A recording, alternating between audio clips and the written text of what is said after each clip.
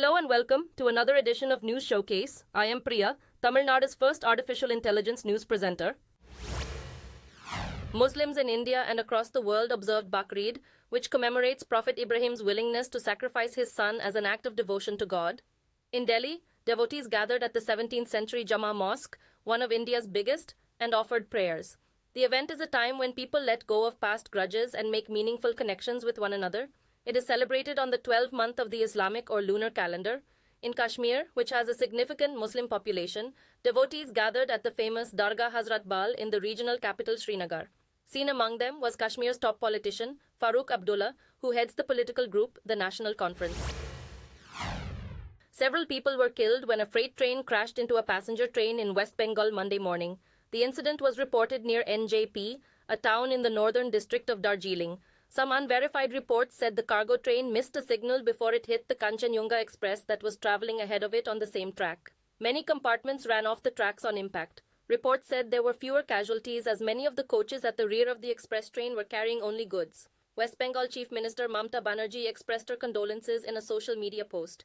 It said that emergency workers are at the site for rescue work. The rail line runs through West Bengal and connects the northeastern states with the rest of the country. Reports said an Indian man who the United States suspected of taking part in a failed attempt to assassinate a Sikh separatist on American soil has been extradited from the Czech Republic to the United States. U.S. federal prosecutors have charged Nikhil Gupta with arranging the assassination of Gurpatwant Singh Panun, an American citizen who supported the creation of an independent Sikh state in northern India. Panun is believed to be backing the Khalistan movement, which calls for the creation of an independent Sikh state outside of India. According to reports, an officer with the Indian government was involved in the plot, but India has denied any role in it. The matter has tested India's ties with the US as well as Canada, which has the world's largest Sikh community after India. US National Security Advisor Jake Sullivan, who is on a visit to India, held talks with External Affairs Minister Jaishankar in Delhi. Reports said they discussed a broad range of bilateral, regional and global issues, and both expressed confidence that the strategic partnership between the two nations will continue to advance. The visit comes just days after the extradition of Nikhil Gupta to the US for plotting to kill a Sikh man on American soil, which rattled ties between New Delhi and Washington. Sullivan also met with his counterpart Ajit Doval, and he is holding talks with Prime Minister Narendra Modi during the two-day visit. Police in Delhi carried out inspections along water pipelines to check for leaks and damages. On Sunday, Minister Atishi Singh wrote to the police to protect water lines as the city struggles with a severe water crisis. Last week, she appealed to the neighboring states of Haryana and Himachal Pradesh to share water to deal with the crisis. The densely populated city, with a large migrant community, received a double blow this summer, with heat waves bringing temperatures of 50 degrees and a crippling water crisis. The local government deployed water tankers across the city and ordered a fine for wasting drinking water to tackle the shortage, but the measures seem to have done little to improve the situation. Reports say NATO is in discussions to put its nuclear weapons on standby, which means bring them out of storage and keep them ready for use. The move comes in response to growing reports of threats from China and Russia. Vladimir Putin, the president of Russia, has issued numerous warnings that in dire situations, Moscow may resort to using nuclear weapons to defend itself. NATO's Secretary General Jens Stoltenberg, who spoke with the British publication The Telegraph, said, in order to utilize transparency about its nuclear weapons as a deterrent, members are holding live consultations. Last week, NATO assumed a more significant role in coordinating weapon deliveries to Kyiv, but it is rarely known in public what weapons are discussed. The US has placed nuclear warheads in multiple locations throughout Europe. President Volodymyr Zelensky has stated that if Moscow leaves all of Ukrainian territory, he would hold peace negotiations with Moscow the very next day. He went on to say that Russian President Vladimir Putin would not put an end to the conflict and that it must be stopped in any way we can, including diplomatic and military measures. His comments came at the conclusion of a peace meeting in Switzerland. He said that Western assistance was insufficient to win the war, but the conference demonstrated that support for Ukraine from other quarters was not waning.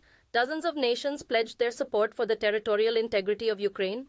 A final document was adopted, squarely placing the blame for the war's extensive destruction and suffering on Russia. At least 14 Jordanian citizens have died from extreme heat during their Hajj trip to Saudi Arabia. The Foreign Ministry of Jordan announced that 17 of its citizens were missing and that 14 of its citizens had died after suffering sunstroke due to the extreme heat wave. The Iranian Red Crescent confirmed separately that 5 Iranian pilgrims had also perished, but they did not provide details about their cause of death. According to Jordanian officials, the search is on for the missing people. Jordanian authorities said in a statement that it was working with the Saudi authorities to arrange for the deceased's bodies to be buried or transported in accordance with their families' wishes. This week's temperatures topped 46 degrees, making many of the rituals that are carried out outside and on foot difficult, particularly for the elderly. Israeli Prime Minister Benjamin Netanyahu has dissolved his 6-member war cabinet, less than a week after the departure of moderate opposition leader Benny Gantz and his ally Gadi Eisenkot. According to Israeli media, sensitive matters about the conflict with Hamas in Gaza will be reportedly discussed by a smaller panel. An Israel Defense Forces spokeswoman stated that it would not have an impact on the chain of command. Days after the war began in October, the two former military chiefs allied themselves with Netanyahu's right-wing coalition to form a national unity government. They resigned due to concerns over the Prime Minister's leadership, particularly the absence of a post-conflict Gaza plan. After the exit of the two members, far-right ministers in Netanyahu's coalition had demanded a place in the war cabinet. Days after a shipping accident, authorities in Singapore are working feverishly to contain a massive oil spill that has stained the southern shoreline of the city-state. A Singaporean fuel tanker that was parked in the maritime straits of the country was struck by a dredging boat flying the flag of the Netherlands on Friday. The dredger's oil tank was punctured after it drifted into the Singaporean vessel due to a loss of engine power, according to the authorities. About 400 tons of oil, or at least half of it, leaked out of the tank and a considerable quantity was washed ashore. 3 days after the event, visitors to the beach clubs on the well-known resort island of Sentosa complained that the water was still dark and oily, and that there was still a lingering stench. A United Nations research cites budget shortages, geopolitical conflicts, and the COVID-19 epidemic as reasons why the world is significantly off track on most of the sustainable development targets agreed upon in 2015, such as addressing poverty and hunger. The annual Sustainable Development Report evaluates how well its 193 member states are doing at achieving 17 broad sustainable development goals. They include safeguarding biodiversity, supplying renewable energy, and facilitating better access to healthcare and education. The research pointed out specific areas of weakness, including the fight against hunger, the development of sustainable cities, and the preservation of water and land biodiversity.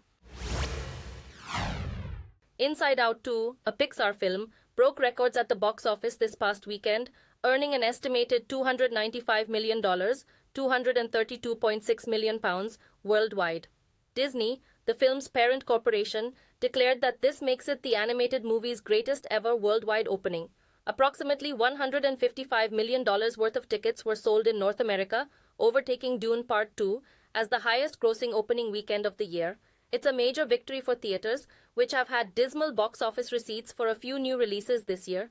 Compared to the first weekend of the original Inside Out, which made $90 million and went on to total $858 million worldwide, Inside Out 2's opening weekend performed far better.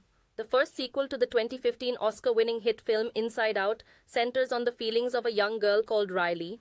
Thank you for watching. I am Priya, Tamil Nadu's first artificial intelligence news presenter. Do tune in, same time tomorrow, for a roundup of the latest news and updates in India and around the world.